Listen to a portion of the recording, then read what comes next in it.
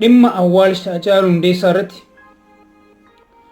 maatiin Hacaaluu barbaadanii yookaan uummanni Amboo barbaadee kan godhitu hin ta'in uummanni Amboo reebame waraanni kumaatamaan itti bobbaafame akka mana keessaa gadi hin baane dhorkamee mootummaan waraana kumaatamaan taankii kumaatamaan magaalaa Ambootti gadi baasee eessuma Hacaaluu Hundeessaa ajjeesee obboleessa Hacaaluu Hundeessaa rukutee namoota 5 immediately rasaasaan mana keessaati gadi fuudhee ajjeeseetu uummata sodaachiseetu kana booddee akka waan tokko hin dubbanne ittiin jedheetu reeffi Hacaaluu Hundeessaa akka inni Ambootti awwaalamu taasifame jechaadha. Namni du'e, namni ajjeefame, namni wareegame akka waan dubbanne dhorkamanii Hacaaluu Hundeessaa akka inni Ambootti awwaalamu taasifame jechaadha. Guutummaan uummata Oromoo kan addunyaa irra jiru Hacaaluun Finfinneedhaaf wareegame, Hacaaluun Finfinneetti awwaalamu bakka siidaa Minilik Hacaaluudhaaf siidaan dhaabbatu ture kan uummanni Oromoo gaafachaa turan. Abdii Ahmed Daani'eel Kibratii wajjin walii ta'uudhaan Hacaaluun akka inni Finfinneetti hin awwaalamne murteessuudhaan ergamtoota isaa Shimallis Abdiisaa fi Taakkalee Uumaa Taayyee Danda'aa fi warra kaanis bobbaasuudhaan reeffi Hacaaluu akka inni baqatee Finfinnee keessaati ba'uu fi erga beellee akka inni Finfinneetti hin deebine kan dhorke Abdii Ahmediif Daani'eel Kibratiiti. Abdii Ahmediif Daani'eel Kibratiiti. Maaliif yoo reeffi Hacaaluu Finfinneetti ol deebi'e qeerrootu Finfinneetti walitti qabamaa rakkoo garaagaraatu mudataa borsiidhaan dhaabbatu Hacaaluudhaaf jedhama. Finfinnee keessatti akka Hacaaluun Oromoon maqaa qabu akka inni Finfinnee keessatti awwaalamu hin barbaadamu, akka siidaan maqaa Oromoo qabu Finfinnee keessatti dhaabbatu hin barbaadamu. Abdii Ahmed nama galgala guyyuu deemee siidaa Minilik bishaan obaasu argaa turre. Ergamaa Daani'eel Kibrat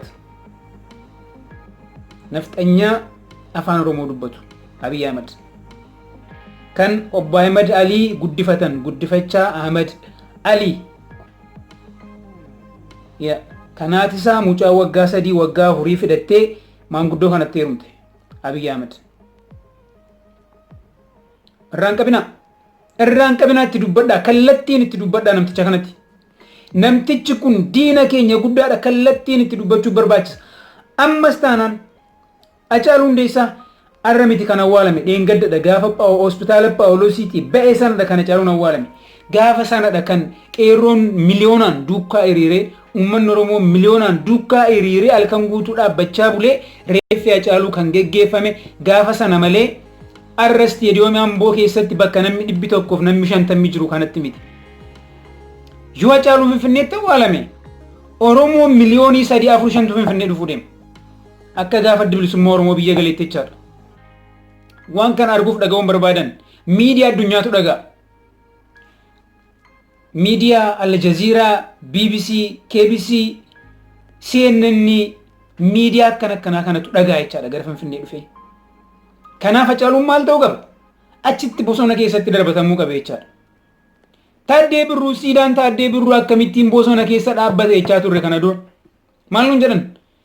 Bakka dhaloota isaatiitti awwaalamu bakka dhaloota isaatiitti siidaan Taaddee Birruu haa dhaabbatu jenneetu kabajaadhaan achi dhaabneedhan. No! Miti! Akkas taanaan siidaan Mallas Aksuma dhaabbatu ka. Akkas taanaan siidaan Minilik Gondara dhaabbatu ka. Maaliif gootni keenya yeroo hundaa Finfinnee irraatii gadi dhiibama? Jiraattis du'aattis. Intala biraan jedhamtu tokko intala biraan jedhamtu kan yeroo darbe yeroo nafxanyaan ishee ajjeesuuf jettu Oromoon irraa dhorkaa ture irraa nuti faamilii Hacaaluuti nuti murteesseetti jecha. No, tokkoffaati faamilii Hacaaluu miti. Ati faamilii Hacaaluu miti tokko. Lammata Hacaaluu wajjin ilaalcha wal fakkaatu hin qabdan.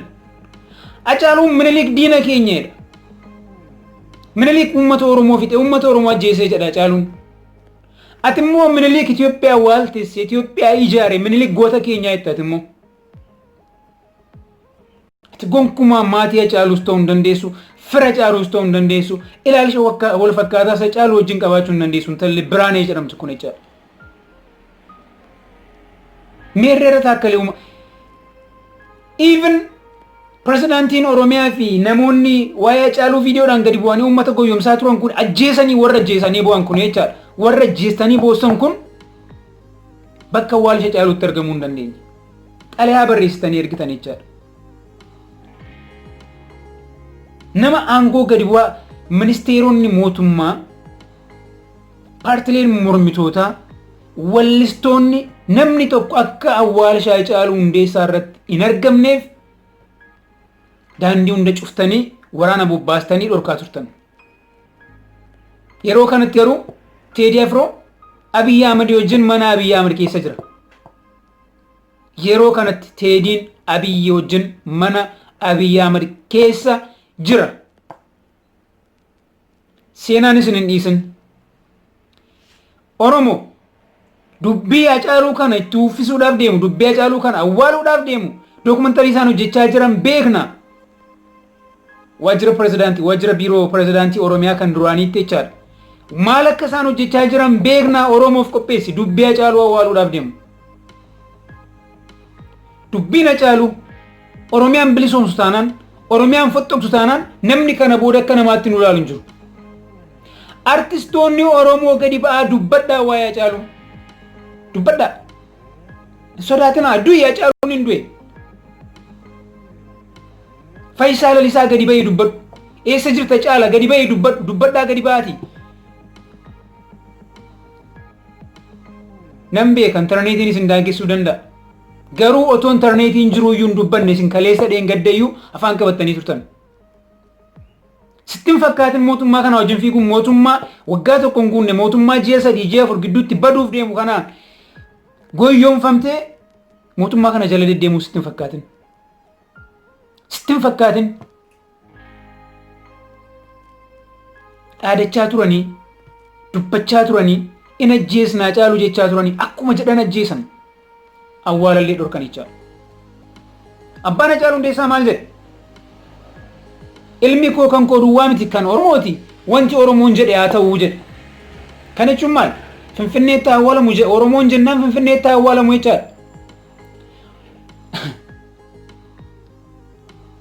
Otuu dhuguma maatii Hacaaluu Hundeessaatu akka inni Finfinneetti hin awwaalamne barbaade ta'eeti diraamaan kun hunduu hin hojjetamu ture, namni kun hunduu rasaasaan hin rukutamu ture. Mootummaan maal taanaan kan mana reeffaa keessa ol seenee nama ajjeesuuf Ambootti awwaaltamu malee jedhee. Kana walitti gatteenya, walitti gadi teenya, walitti gadi yaana. Warri ani Hacaaluudha jettu manatti hin galin. Warri dhimmi Hacaaluu na laallata jettu manatti hin galin. Waraanni bilisummaa Oromoon hoboon tarkaanfii barbaachisu bakka hundatti fudhachaa jira. Qeerroon Oromoo bakka barbaachisu tarkaanfii fudhachaa jira. Uummanni Oromoo kan addunyaarra jirtan addunyaa dhageessisaa.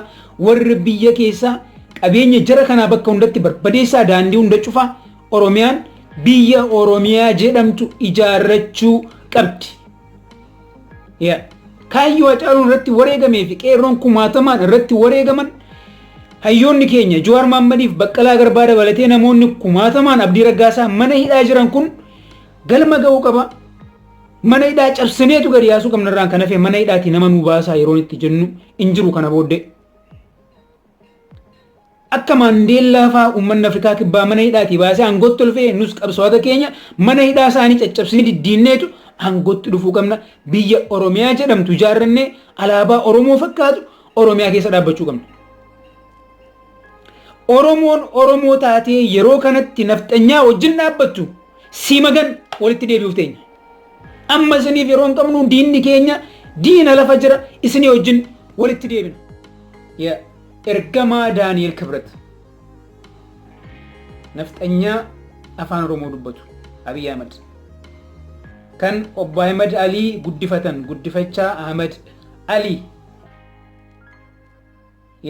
Kanaati isaa mucaa waggaa 3 waggaa 4 fidattee maanguddoo kanatti heerumte Abiyyi Ahmed. Irraan qabinaa itti dubbadhaa kallattiin itti dubbadhaa namticha kanatti. Namtichi kun diina keenya guddaadha kallattiin itti dubbachuu barbaachisa. Ammas taanaan Hacaaluu Hundeessaa arra miti kan awwaalame dheengadda gaafa hospitaala Phaawulos